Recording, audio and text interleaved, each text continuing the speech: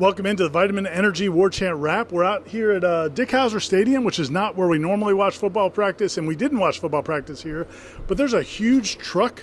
It's hard to explain how loud it is. If you watch the post-practice interviews, you might get a sense. It's the equivalent of, I would say, 100 lawnmowers going all full at once, blast. Yeah, all in your backyard. And so we moved over here to Hauser, beautiful Hauser, and great season. We didn't really properly celebrate the season that Lincoln the boys had, so we're back here paying homage. Right now. Florida State returned to practice today after basically sort of having the weekend off. They had Sunday off after the scrimmage on Saturday. There's less than 2 weeks now until the season opener against Georgia Tech. And I feel like you can kind of feel a little bit of that pressure, at least the way Mike Norvell's coaching. And you know, I think there's a realization that, camp is pretty much over now. They're starting the installation for Georgia Tech. And, man, this team has to get right. The days are counting down. Yeah, and I would say, the way we look at it, one side of the ball needs to get more right. I thought the defense was really good on Monday. That's not a surprise. The defense has been really good all preseason. Kevin Knowles. Familiar face, familiar name. He's been around these parts for a while. Had 2 interceptions, really impressive plays on both of them. There's some context there, but they were both off DJ, but there's some context. One was kind of a desperation, last minute, last 10 seconds, I'd say last 20 seconds, trying to get a touchdown around midfield. So he took a shot that maybe he doesn't take under other circumstances. And it wasn't like he threw it right to him. It was a nice play. And the other one was basically a one-on-one, like a jump ball to Kevin Knowles and Ja'Kai Douglas, and Kevin Knowles won it, ripped it away from him. And he also had a couple other PBUs. Knowles looked really good, man. You forget, like, he's not even somebody we talk about or factor in a lot, but he's going to play.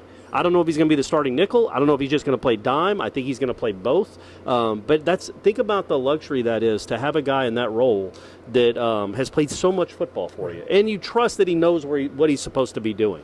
So that was really good to see that Knowles made plays like that. Overall, though, the defense I thought won the day, which is to be expected. It's good defense. Yeah, they won most of the days. They definitely won today. But, Kevin Knowles I think is really worth talking about because he's a guy that, like you said, early in his career played really well. Had that interception against Miami. It was like kind of a revelation as a freshman for Florida State. Really played well in that nickel role. Last year they moved him to safety and just didn't play well. And Adam Fuller talked about today after practice. Sometimes guys, you move them around and it's a positive because they learn how to do different skills, different schemes. They learn a bigger picture of the entire defensive scheme. But some guys just don't play as well there, don't have as much confidence. He moves back to nickel mostly this camp. He can play both, but it seems like he's working more at nickel. And, he looked confident again. He was making plays. As you said, neither of those were just gimme interceptions. No. Sometimes we'll talk about an interception from practice. The quarterback threw it right to him because maybe the receiver ran the wrong route or it was a bad pass. But these were just plays he made on the ball. And he's in a battle with Earl Little. I think a lot of us have assumed that the Alabama transfer Earl Little will just win that job, but Kevin Knowles is definitely acquitted himself well. Competition helps, man. You bring in an Alabama transfer with a name like Earl Little, that's going to make you focus up and try to be the best you can be just to get on the field. The competition on the other side of the ball, I didn't think it was a great day for the receivers. They did make some plays. I thought Malik Benson had a really, I shouldn't say really good, had a good day overall. There's one play in particular I wanted to talk about. He had a great release on Azarie in one-on-ones, got behind him. DJ makes a great throw about 40 yards downfield. It looks like Benson even uses late hands, and right as he's catching it, Azarie knocks it away. It's like, I don't know if that's like, against Georgia Tech, that might be an 80-yard touchdown. They don't probably have a lot of Azarie Thomases. That's a really good play and a really good recovery by a really good cornerback, but then you'd like to see your number one finish that play and make that catch. But he did make a really contested catch in a third down situation in 11 on 11 where Azarie is right on him, and he kind of ripped it down, yanked it down. So, again, you see guys making strides like, okay, maybe he learned from that one-on-one. Like, I got to be a little stronger with my hands, and I got to know this guy's going to rip it out of my hands if I'm not. And he made the adjustment and made a really good catch, about 45 minutes later. Well, they're not going to win every single one, and that's the thing. Like, you are seeing good competition. It's like watching a high-level NBA where, like, this guy beats his man, then the next time that guy beats him back. And you're seeing some of that competition, particularly when it's Malik Benson. Everybody else, man, it's a tough uphill battle for these receivers. Right. There were times today where Mike Norvell wasn't exactly thrilled with maybe the decisions they were making on routes, and that makes it hard sometimes to evaluate the quarterbacks because you don't know if the receivers are. A lot of times the quarterbacks ate the ball today was like a coverage sack, and I don't know if the receivers aren't running the right routes or if he's not seeing it or quickly, they're not getting open, or, or he's not open. seeing it when they are open quickly enough. Yeah, so some of that's hard to evaluate, but overall, again, the time is ticking on these receivers. I know people are tired of us dragging them, and I know they're going up against great DBs, but I wonder what kind of confidence Mike Norvell and the staff can have going into a game when they don't really know what they're going to get out of that receiving core overall. They don't. I will say this. Guys we don't talk about a lot, Darian Williamson had a couple first down catches. One, a tiptoe, really good grab, leaping up and coming down with his feet down for like 17 yards.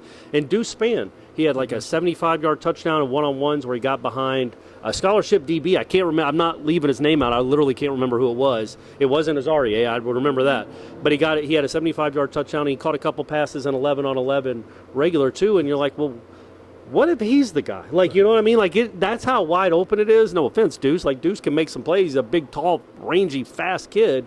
But, like, he's in play to play some right now. And we know Malik's going to be on the field. I think we're pretty confident Jakai's going to be on the field. And they're absolutely going to use Toa Feely, Morlock, and Jalen Lucas in the passing game.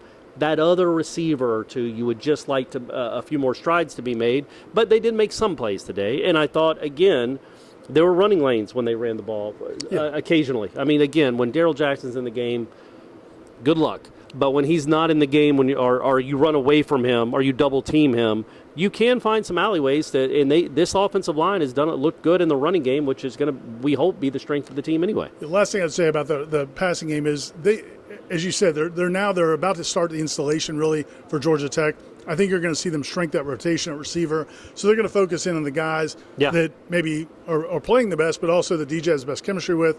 And I think we'll see better execution overall as they kind of limit that rotation. On your point about the running game, I watched them in the inside running drill, where it's basically, I mean, it's obvious.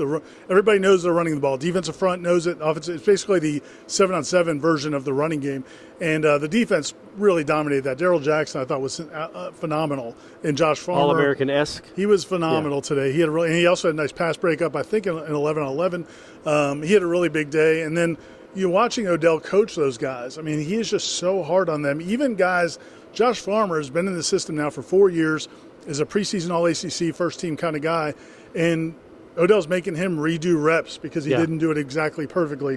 So that kind of leads to, I think, what you see, some of that dominance from that defense. Man, it's hot.